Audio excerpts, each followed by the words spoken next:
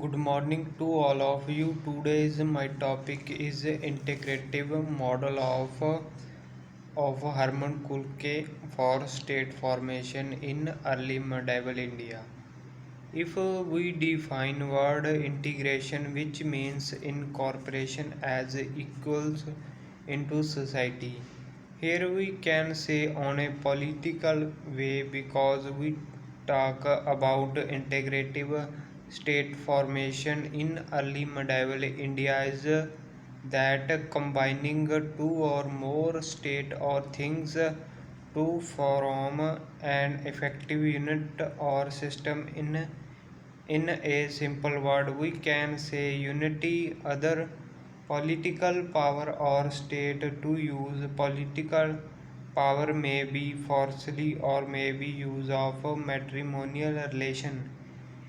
It may be use of a temptation or it may be trick of a religious point of view. Actually, Herman Kulke take the time uh, take the time of this model after the decline of Gupta Empire and under the Harsha king of the transient successor state in the early 7th century.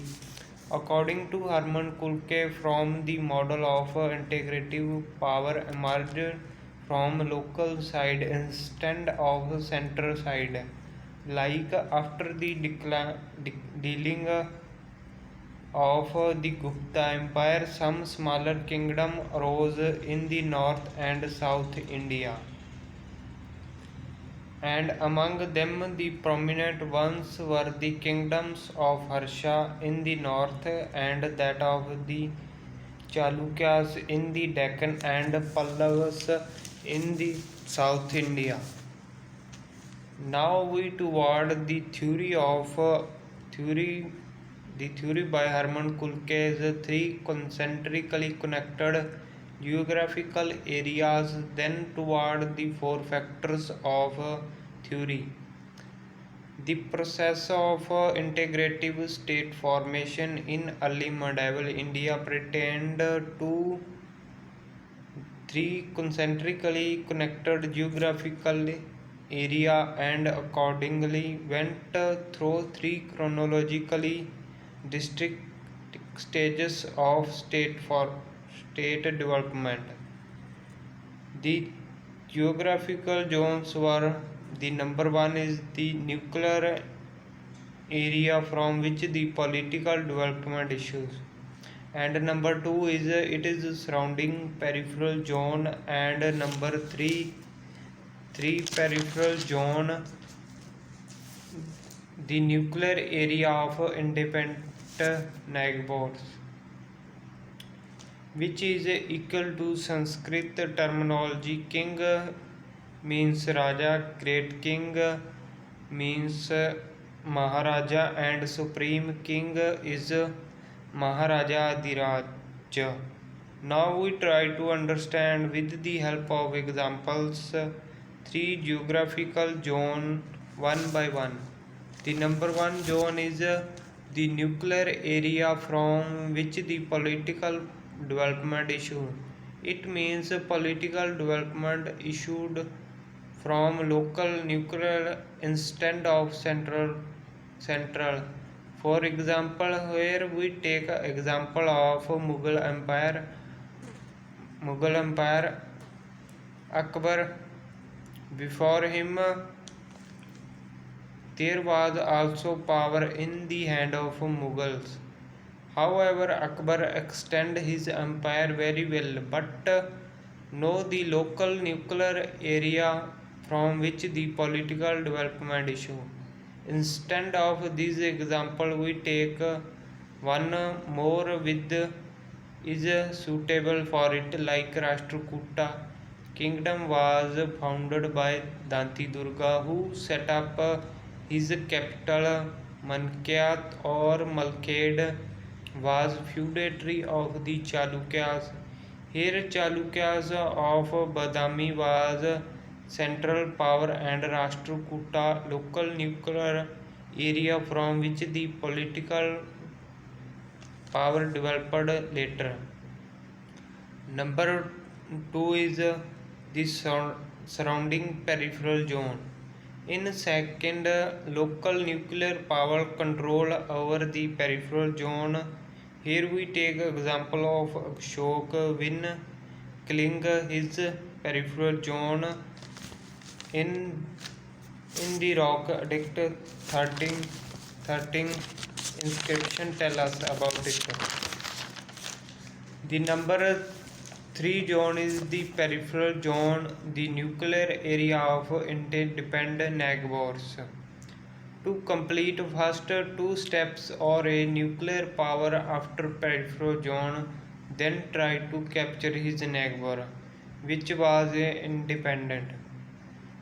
It is example is the Chola king Rajendra first after victory make new capital is Gangaikonda Cholapuram from Tanjore. Now we describe the four factors for these zones one by one. The first factor is the foundation and extension of a chiefly power within a nuclear area. These development usually originated from inside a local nuclear area. Their use here through agriculture or maybe uses of trade, for example Thorough of entire east coast with its numerous rivers which enabled agrarian extension through paddy cultivation led to an increase in population. Another factor maybe was the occasional participation in early interregional trade. Here we take example of Pallavas possible.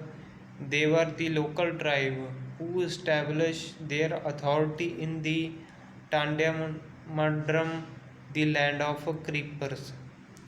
The factor 2 is the emergence of early kingdom through a stepwise penetration into a integration of the peripheral zone to lesser extent of the neighboring nuclear area respectively. In the second phase of state formation in early medieval India, the situation was changed. Some important characters here. Number one, the intensification of political control through hierarchization in the nuclear area. Number two, it is extension to peripheral zone and extension enforcement of conditions of tributary dependence on the neighboring chief and rajas. Here follow the law of Matsya Nikaya means the big fish swallows the small one or means political power had been able to upgrade his position. That of a great king is means Maharaja. The factor number 3 is the emergence of imperial kingdom with a considerably enlarged core region consisting of the original dynastic nuclear area and it is conquered and integrated hinterland. Before it he also take powerful position, but in it also more power through integration may be matrimonial like Ganga ruler Darvinta give his daughter as marriage to Pulkeshin who was a Chalukya king. It may be through ritual like tribal godding by royal cult of Vishnu or Jagannath of who the first worshipper was the Ganga or Gajapati ruler through possibly or maybe through giving facilities and make king of kings to create sovereignty. The factor for the process of integration during their three stages of state formation with particular references to acceptance of ritual policy. After establishing the imperial kingdom, the question rises shifting or re-established capital. Here example of three possibilities like old capital, remaining of last, or founding new capital. Here Rashtrakutas after a good example. 100 years after their victory over the Chalukyas of Badami in the middle of 8th century, they founded new capital in the center of their new empire, Mankahatta lay almost equidistant from Badami.